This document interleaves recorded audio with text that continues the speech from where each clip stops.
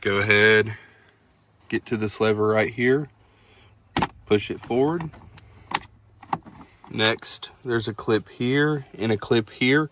You want to push them up and up. This will slide down.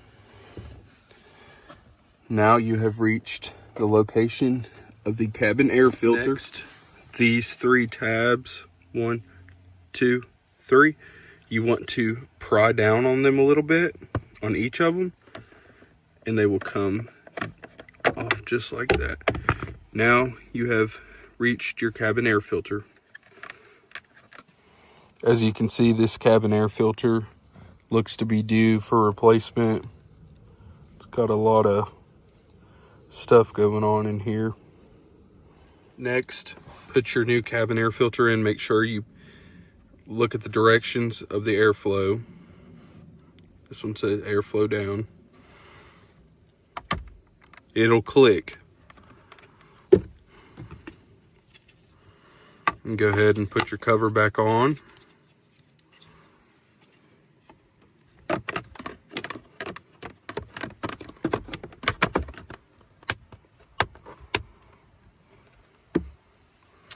All right, next, after you got the cover on, you're gonna want to push inward and the tabs will click in.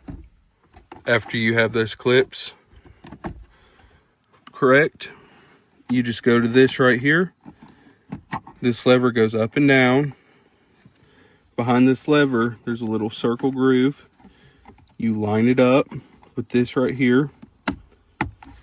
You'll hear a click, and that is how we replace our cabin air filter.